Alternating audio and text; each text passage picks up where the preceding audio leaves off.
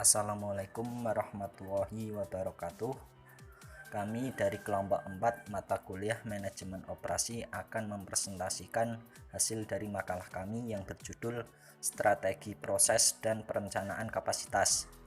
Perkenalkan, nama saya M. Ali Maksum 4318061 sebagai moderator dan pemateri 1, dan Khalifatul Ummah sebagai 4318015 sebagai pemateri 2, dan Siti Nisrohah 4318114 sebagai pemateri 3. Yang pertama yaitu strategi proses. Strategi proses merupakan pendekatan organisasi secara keseluruhan untuk menghasilkan barang dan jasa. Pendekatan ini bermacam-macam tergantung situasi yang dihadapi oleh perusahaan. Tujuan strategi proses adalah untuk menemukan suatu cara memproduksi barang dan jasa yang memenuhi persyaratan pelanggan dan spesifikasi produk yang berada dalam biaya dan manajerial lain. Proses yang dipilih akan memiliki efek jangka panjang pada efisiensi dan fleksibilitas dari produksi, selain juga biaya dan mutu dari barang yang dihasilkan. Yang berikutnya yaitu macam-macam strategi proses. Ada 4 macam-macam strategi proses, yaitu fokus pada proses, fokus berulang, fokus pada produk, dan fokus kustomisasi massal. Perkenalkan, nama saya Khalifatul Ummah, NIM 4318015. Saya sebagai pemateri 2. Selanjutnya yaitu perencanaan kapasitas. Perencanaan kapasitas adalah keputusan strategi jangka panjang untuk membangun sumber daya perusahaan secara keseluruhan. Terdapat 3 fungsi perencanaan kapasitas, yaitu 1. Membangun sumber daya produksi secara keseluruhan. 2. Mempengaruhi biaya dan kompetisi. 3. Menentukan kapan dan bagaimana meningkatkan kapasitas. Selanjutnya ada macam-macam perencanaan kapasitas. Yang pertama, perencanaan kapasitas jangka panjang atau lebih dari 1 tahun, di mana sumber daya produktif memakan waktu lama untuk memperoleh atau menyelesaikannya, seperti bangunan, peralatan, atau fasilitas. Yang kedua ada perencanaan kapasitas jangka menengah.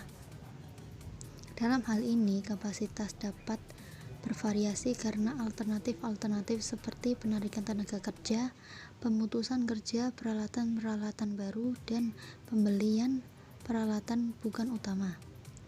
Yang ketiga ada perencanaan kapasitas jangka pendek atau kurang dari 1 bulan.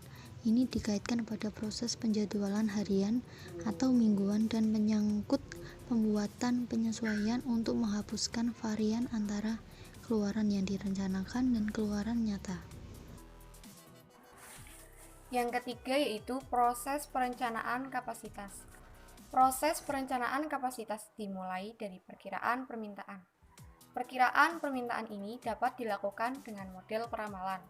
Setelah diperoleh perkiraan permintaan ke depan, maka dihitunglah tingkat kapasitas yang ada.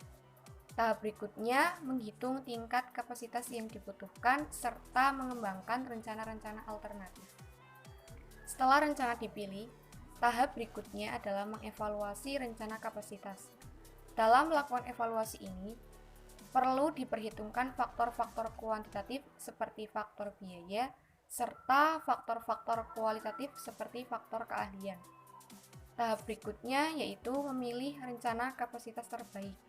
Pemilihan rencana kapasitas terbaik didasarkan pada faktor-faktor kuantitatif dan kualitatif tadi. Setelah dipilih rencana kapasitas terbaik, maka tahap terakhir yaitu menerapkan rencana terbaik tersebut. Selanjutnya yaitu mengelola kapasitas. Yang pertama, kapasitas dapat dikelola dengan membuat bahan pokok yang beragam.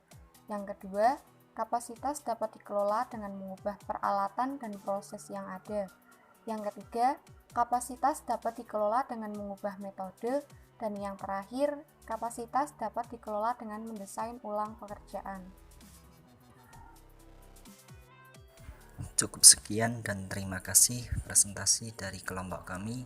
Mohon maaf bila ada banyak kekurangan. Assalamualaikum warahmatullahi wabarakatuh.